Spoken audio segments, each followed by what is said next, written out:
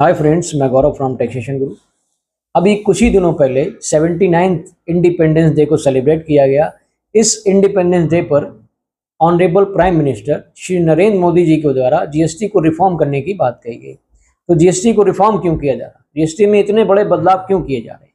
GST में ये सारे जो बदलाव हैं, ये जो जीएसटी के स्ट्रक्चर को ही चेंज किया जाएगा, ये आत्मनिर्भर भारत बनाने की बात कही जा रही है श्री नरेंद्र मोदी जी के द्वारा, जो कि ऑनरेबल प्राइम मिनिस्टर हैं अपने देश के। तो ये जीएसटी को रिफॉर्म किया जाएगा। ये रिफॉर्म करने के बाद में देखा जाए तो बेनिफिट, डायरेक्ट बेनिफिट दिया जाएगा कॉमन मैन को, वुमेन को, स्टूडेंट को और आपके स्मॉल बिजनेसमैन और मीडियम क्लास एंड फार्मर्स, इन सभी लोगों को इसमें बेनिफिट देने की बात कही जा रही है। तो ये जीएसटी जो रिफॉर्म किया जाएगा, ये इम्प्लीमेंट कब से हो जाएगा? इसका प्रपोजल जीओएम को भेजा गया है सेंट्रल गवर्नमेंट के द्वारा। अब ये जो है, इसको दीपावली तक लागू करने की बात कही जा रही है। मतलब दीपावली को आपको एक गिफ्ट पैक दिया जाएगा, जो कि जीएसटी रिफॉर्म, जीएसटी को बिल्कुल नया कर देगा। तो ये जो नया जीएसटी होगा, इसमें क्या क्या बदलाव होंगे? तो इन बदलावों की अगर हम बात करें तो जीएसटी के चेंजेस को, जीएसटी को रिफॉर्म करने के लिए 3 पिलर्स सेट किए गए हैं। 3 पिलर्स में जैसे देखा जाए तो नंबर 1 में स्ट्रक्चरल रिफॉर्म किया जाएगा।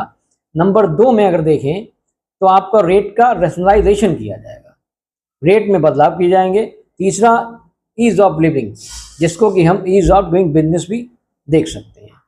तो इन तीनों चीज़ों में बदलाव होने से पूरे जीएसटी स्ट्रक्चर में ही बदलाव हो जाएगा।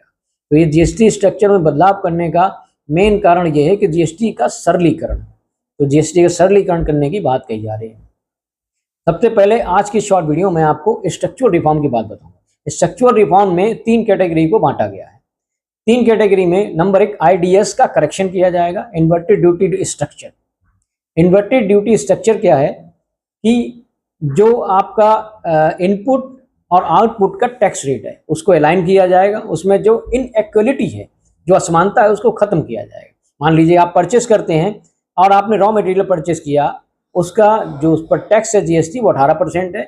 और आप जब मैन्युफैक्चर करते हैं अपने आइटम को, तो जब आउटपुट करते हैं तो आप उस पर 5% का जीएसटी चार्ज करते हैं। तो ये जो इनइक्वलिटी है, इसको खत्म किया जाएगा। और नंबर 2 अगर देखा जाए, रिजॉल्विंग क्लासिफिकेशन इश्यूज और डिस्प्यूट को खत्म करने के लिए और कंप्लायंसेस को ईजी करने के लिए ये सारी चीज़ें की जा रही हैं। स्टेबिलिटी और प्रीडिक्टेबिलिटी को भी बदलाव किया जाएगा, जो कि